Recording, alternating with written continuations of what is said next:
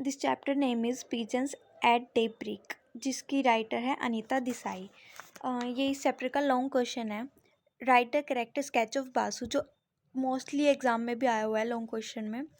So इसका answer है Basu is the protagonist of the story. He is the main character of the story. जो बासु है वो इस चैप्टर में मेन कैरेक्टर का रोल है उसका। ही इज़ 61 ईयर ओल्ड, वो 61 साल का है। He is portrayed as an irritable character of the beginning of the story. Story की शुरुआत से ही जो वासु का कैरेक्टर बताया गया वो इरिटेटिंग बताया गया है। He is a patient of asthma. Vasu asthma का पेशेंट है। He always complaining about his wife, house and asthma. ये हमेशा अपनी वाइफ से कंप्लेन करता रहता है घर के काम को लेकर और उसकी बीमारी को लेकर। He depend on inhaler. He मतलब बासु जो है वो इनहेलर पर डिपेंड है। He demands constant care from his wife. इसकी अपनी वाइफ से बहुत सारी डिमांड्स हैं। इसकी वाइफ सारी उसका काम वगैरह सब उसका करती है। He always complaining for his can not tolerate every the minor is not able to need newspaper reading. और इसकी मतलब ये न्यूज़पेपर पढ़ने के लिए भी अपनी वाइफ पर ही डिपेंड है। छोटी से छोटी चीज़ को लेकर अपनी वाइफ पर ही डिपेंड है।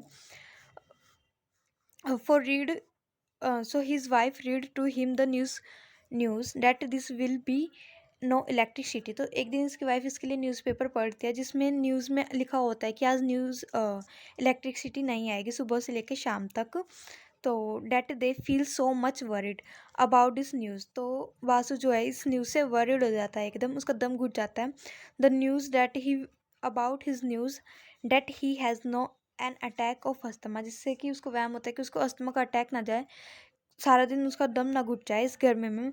His wife take him on that terrace. तो उसकी वाइफ उसे टेरेस पे लेके जाती है अपने एक पड़ोसी की मदद से।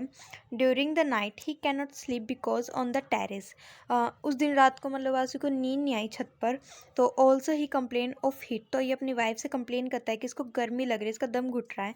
इन the morning his wife ask him to come down as there is electricity now. तो अगले दिन सुबह इसकी वाइफ कहती है वासु से कि चलो नीचे लाइट आ गई है। तो but he refuse and inside staying on the terrace. तो वासु छत पर आराम से मतलब खुली हवा में सो रहा होता है आराम से।